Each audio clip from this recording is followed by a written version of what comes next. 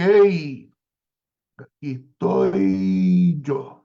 Vamos a ver si yo puedo irme por aquí. Así, donde es que yo estoy. Ok, aquí estoy yo. Vamos a ver, a apagar esto. No, tengo un ratito libre hoy, así que quise compartir aquí algunas ideas. En suma es que yo estoy aquí. Vamos a mirar si esto es cierto. Aquí no. Bueno, ¿cómo estamos? ¿Cómo están los asuntos? ¿Cómo se sienten ustedes? Estoy acá en la oficina compartiendo un rato, ya trabajé. Bueno, estoy trabajando. Yo trabajo desde casa. Como ustedes saben, yo soy maestro de la palabra y del ministerio, entonces trabajo desde aquí, desde casa, y tenía deseo de hablar un ratito, así que, eh, qué sé yo, pensando en el llamado. Y mi punto de conversación es que el llamado al ministerio tiene que ser llamado al ministerio. O sea, en estos días, yo que estoy en el ambiente de la educación, me doy cuenta de que queremos como hacer malabares, a ver dónde estamos, qué sale mejor. Y cuando el Señor nos llama al ministerio, nos manda a quemar las naves. Es una idea de lo que hizo Hernán Cortés cuando estaba colonizando México. Él quemó las naves. El Señor nos llama a quemar las naves. O en una imagen bíblica, eh, como Eliseo dice que quemó los arados, o como Pedro y Juan abandonaron las redes. Así que el llamado conlleva realmente tomar unas determinaciones que a veces um, son y parecen drásticas. Y el punto es que uno tiene que tomar esa decisión y moverse en la medida y en la manera que Dios está moviendo a uno. Todavía Dios llama. Yo creo que eso es bien importante, que entendamos que Dios llama. No es una figura de lenguaje, no es una idea subjetiva, no es un invento de la mente. Dios llama, y Dios llama al ministerio. Dios llama a que hagamos cosas concretas por su reino. En el área en que Él nos ponga. Lo bueno de los tiempos modernos, y no es que yo sea viejo, yo empecé temprano. Lo bueno de los tiempos modernos es que los tiempos modernos hacen espacio para que uno sea más creativo en el llamado. Cuando yo era más joven, eh, el llamado era ser pastor, ser misionero, ser evangelista. Entonces uno miraba a los ministros, eran un círculo pequeño.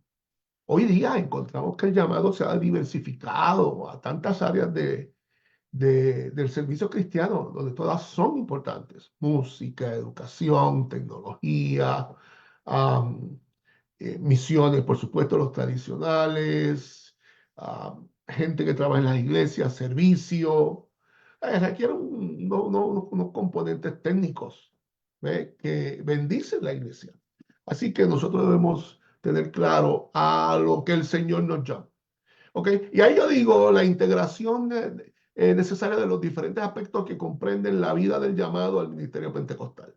Llamado, vida y ministerio son parte integral de la existencia del ministro cristiano.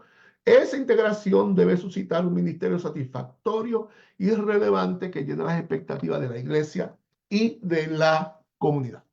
Esto es parte de un libro que sale pronto por el editorial Unilimi. Básicamente yo escribí el capítulo del llamado al ministerio pentecostal. Y lo interesante de esto es que el llamado debe satisfacer no solamente las expectativas de la iglesia, sino las expectativas de la comunidad. Cuando uno es llamado al ministerio, el servicio cristiano, uno no es llamado simplemente para un área. El Señor nos llama al mundo en ese sentido, al servicio, a la comunidad. ¿Ve? Y tiene que nuestro desempeño satisfacer esas cosas. ¿Ok? El llamado es una convocatoria, una invitación, ¿ves? Una invitación. Dios nos llama a su misión, a la misión que se llama el misión de la misión de Dios, ¿ok? Hay dos maneras de verlo. Hay gente que dice, a mí me llamo Dios. Dicen, a mí me llamo Dios. O sea, con esa, ah, la palabra es difícil, con esa prepotencia. A mí me llamo Dios. Sí, otras personas dicen, Dios fue el que me llamó. Entonces, son dos maneras de verlo. O sea, no depende de mí, dependió de Dios. No era por lo que yo sé o dejo de hacer. Las cosas estas son santas. Son las cosas que dice Pedro, perdón, que pertenecen a la vida de la piedad, son santas. Entonces, nos llama a seres humanos a trabajar con cosas santas. ¿Ve? Que Dios quiera salvar al mundo, eso no es sorprendente. Dios es salvador, Dios es amor. Ahora, que Dios cuente conmigo para el asunto de expandir su mensaje, eso sí me sorprende. Que Él diga, yo los salvo, ustedes le predican mi salvación. Eso sí es sorprendente. Ustedes le predican la esperanza, le predican como que todavía hay oportunidades. Eso es sorprendente. ¿Ok? Ok. Así que vemos la naturaleza. Primero es una acción de la gracia. Esto no depende del que quiere ni del que corre, sino de Dios, quien tiene misericordia. El llamado de Dios al hombre conlleva la gracia necesaria para la piedad necesaria. Miren ustedes qué interesante que dice Pablo a Timoteo, dice, si alguno quiere obispado, buena cosa desea, pero es necesario que el obispo sea fiel. O sea, cuando uno es llamado al ministerio y lo coloca en el ministerio, no es ahí donde vas a desarrollar esas características. Esas características tienen que estar en ti ya. Tienen que estar en la persona ya.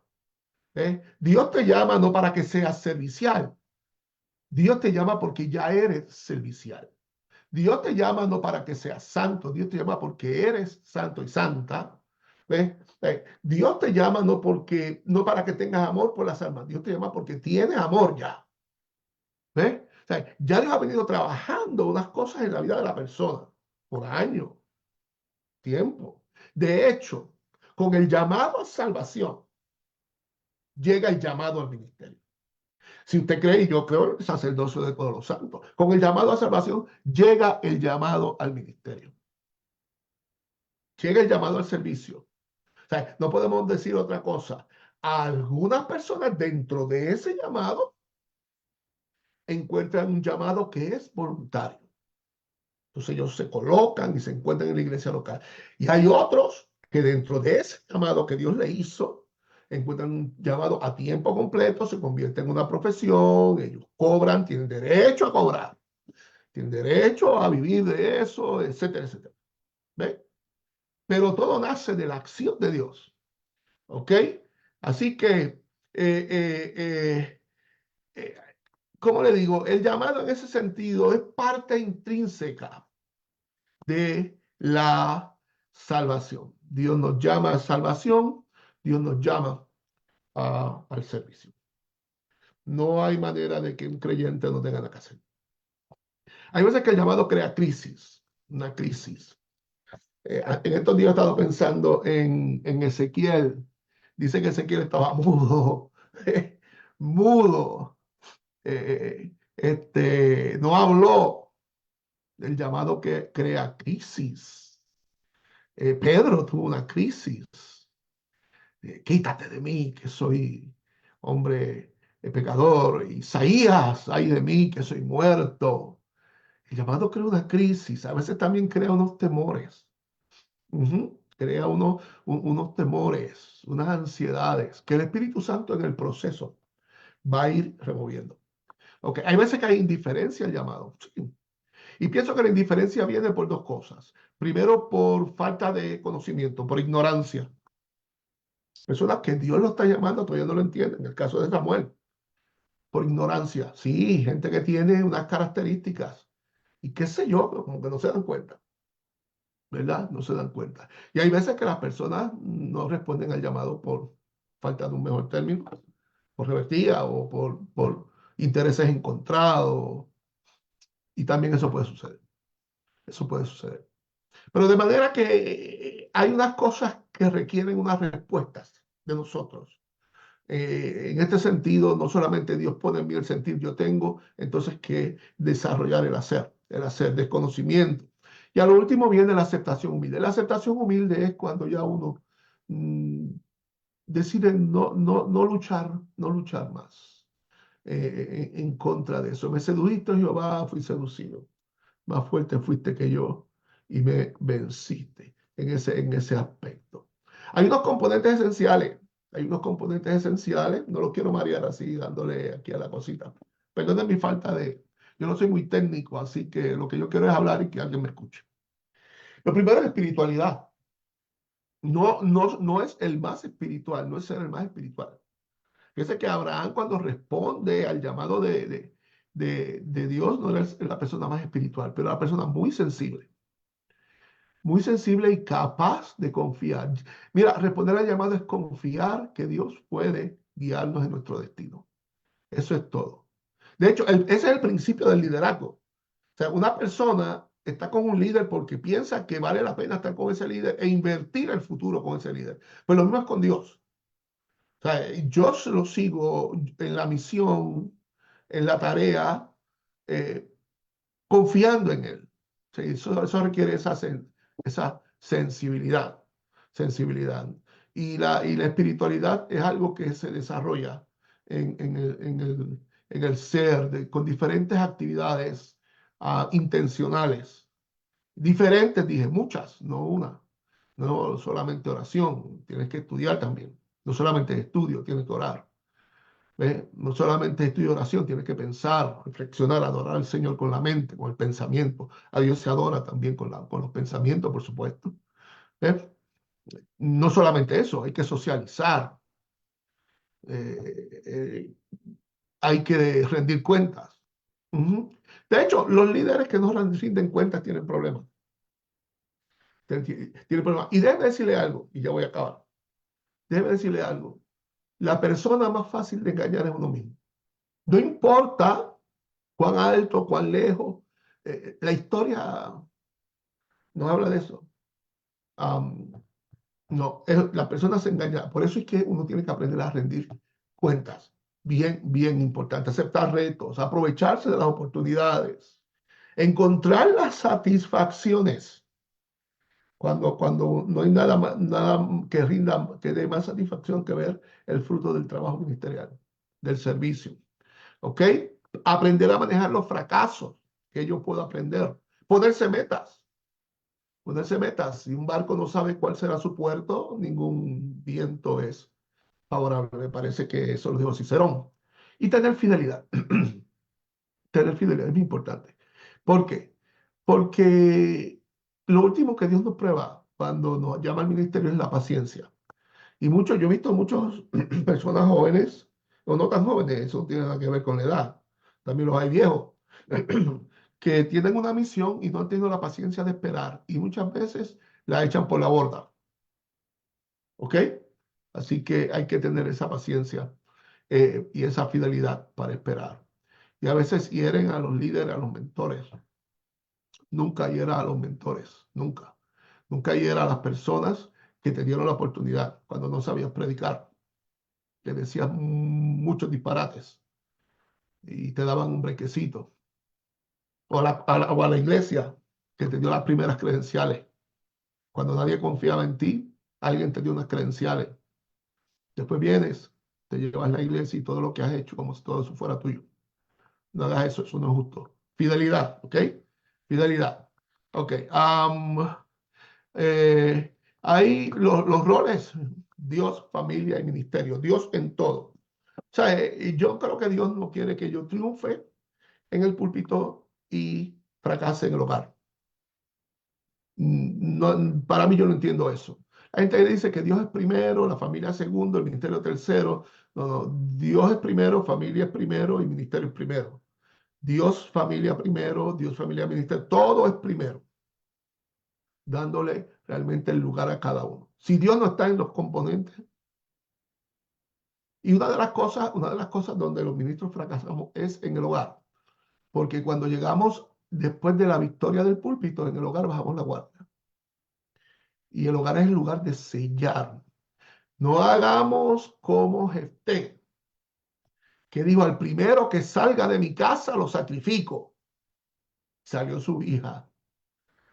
Ah, uno no puede tener éxito a expensas de la familia de uno.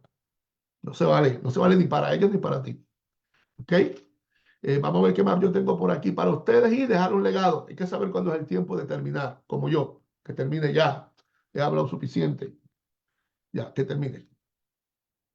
Cuando hay que entregar, entrega. Cuando te vayas a ir, te vas. Y te vas con honra. Con honra. Y hay que trabajar con el legado. ¿A quién vamos a dejar el manto? Eso no es cuestión de una semana. Y segundo, no es cuestión de quien yo quiera. Es el que Dios quiera.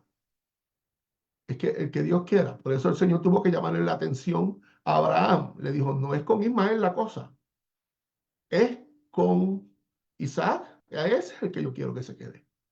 Entonces hay veces que queremos dejar a Ismael, pero no es el hijo espiritual o la persona, el aprendiz que yo deseo que se quede por mí, es el aprendiz que Dios quiere que se quede por mí.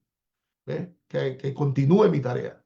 Por ejemplo, Pablo tenía a dos lugartenientes, Timoteo y Tito. De Tito nunca se dice nada, de Timoteo es el más que se menciona. De Tito se dicen dos o tres cositas, pero no nada. De Timoteo es que se habla mucho. Y entre los dos, el que sabía manejar los problemas difíciles era Tito.